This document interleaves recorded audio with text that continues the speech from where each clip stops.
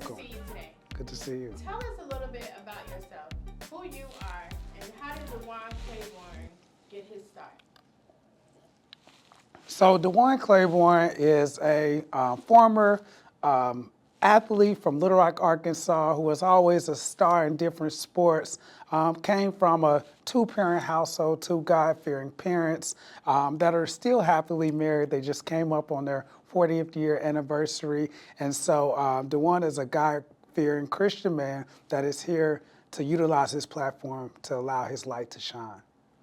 So tell me a little bit about your journey before becoming the CEO of Central Maryland Chamber of Commerce. My journey honestly was very unexpected. I actually got my first job out of college. I was a server at Papados. And that was probably one of the most humbling experiences because you go from being a star athlete, everybody knows you, to I moved to Houston, fourth largest city in the nation. Nobody knew me, to busting tables and waiting. But it really taught me the key things around customer service, always being professional. And they have a very, very highly important training program. So it allowed me to know how important training is and onboarding whenever you have new staff members. So how long did it take for that transition or for you to be in that role before you decided that you wanted to one day be a CEO? How did that come about?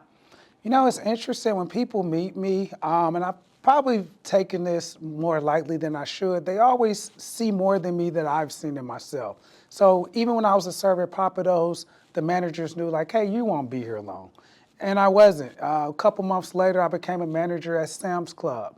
And there I was in the retail industry. And right now to this day, I say the retail industry is the most resilient industry across the country because they're forward thinking, they enjoy changing, and a lot of times they're the ones, no matter what disruption happens, they're at the forefront because they're open to change. And so I was in the retail industry for about 5 years, a few years at Sam's Club, a few years at Target, until I finally found my calling in the Chamber of Commerce industry in 2015.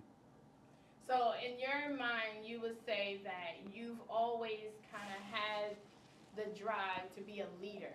Would you say that's an accurate statement?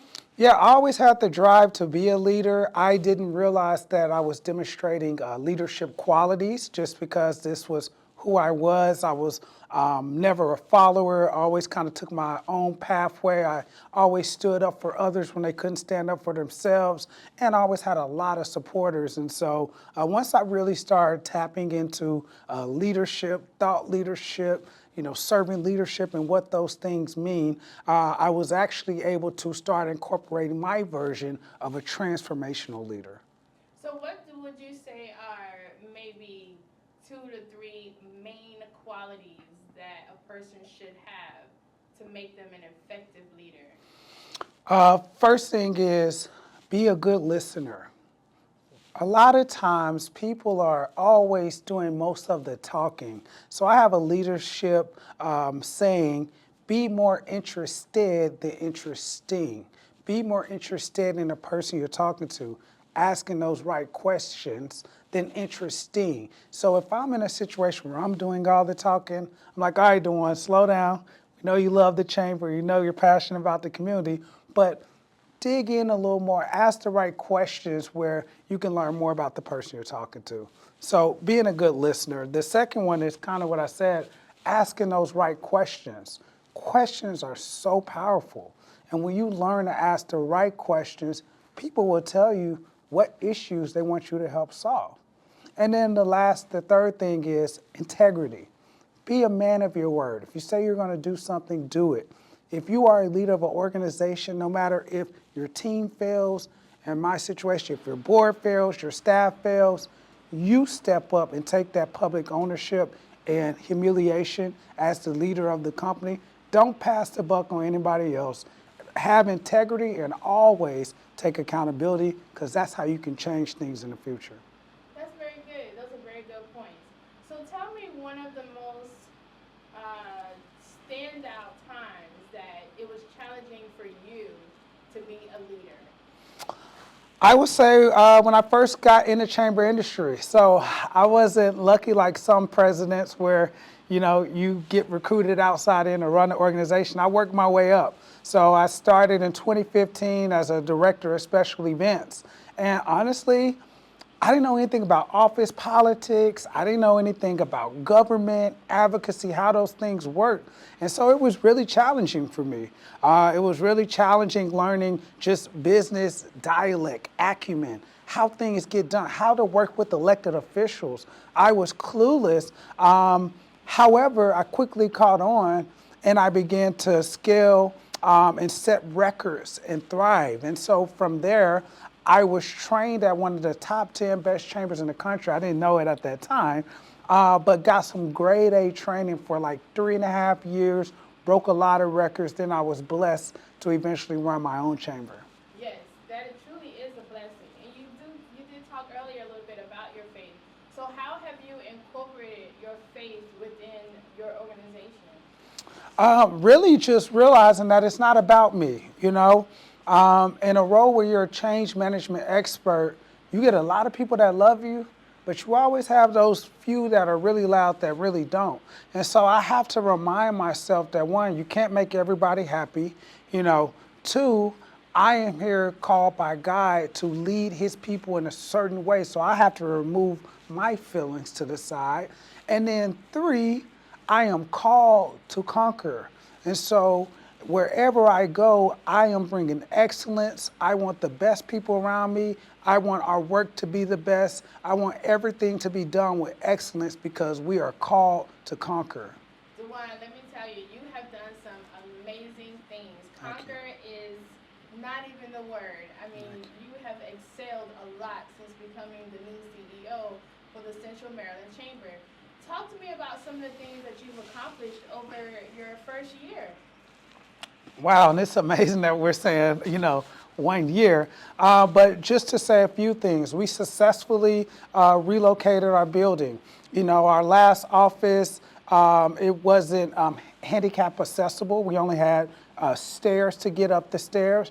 And so what that meant to me is, what about how can we be more inclusive? We want the chamber to be a spot where everyone feels involved, especially in such a state where we want to help people with disabilities get jobs and have a normal life like we do.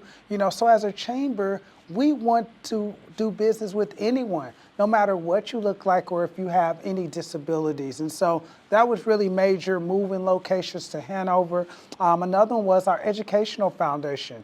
We set the record since the merger in 2027 with our fundraising efforts. And then the next generation of high school seniors, they're the beneficiaries of that. Now we can give scholarships to first-time college students. So that means people that are the first-time college students and their family, the Central Maryland Chamber Educational Foundation gets to invest in them and help break those generational curses.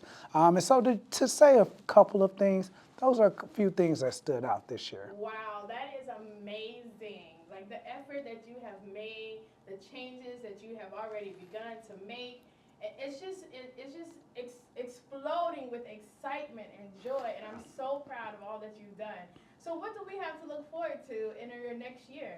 Oh man, we got a lot of great things to look forward to. We will be the premier organization in the state of Maryland. So Central Maryland Chamber is the only regional chamber covering 7 counties plus Baltimore City, and we're going to be a one-stop shop organization from professional development to advocacy to workforce development. We want all the players involved. We have the abundance over scarcity mindset. And so if you are a business owner, if you are a large corporation, an entrepreneur, all the way down to a one-man shop, you have a place at the Central Maryland Chamber because this is where people do business and we're promoting commerce. We get networking. I know a lot of people love network. I've never really seen so many networking events till I moved up here. And that's all good, but we're here to push commerce, funds exchanging hands, businesses shopping local, businesses doing business together. And that's another thing, if you say what I'm excited about, all of the testimonials that have come from our members doing business together. I know we have this wall of fame behind us, but some of our companies here, Tide Creek to be exact, they closed the largest deal in their company's history through a chamber referral. And so if you are not a part of the Central Maryland Chamber, you are leaving money out on the table. Come join us, come scale with us, and let's conquer Central Maryland. And Dawn, that is exciting, and I'm excited for what you have upcoming, and I look forward to many, many, many days spent with you. But we cannot leave out this session without you saying your most famous line.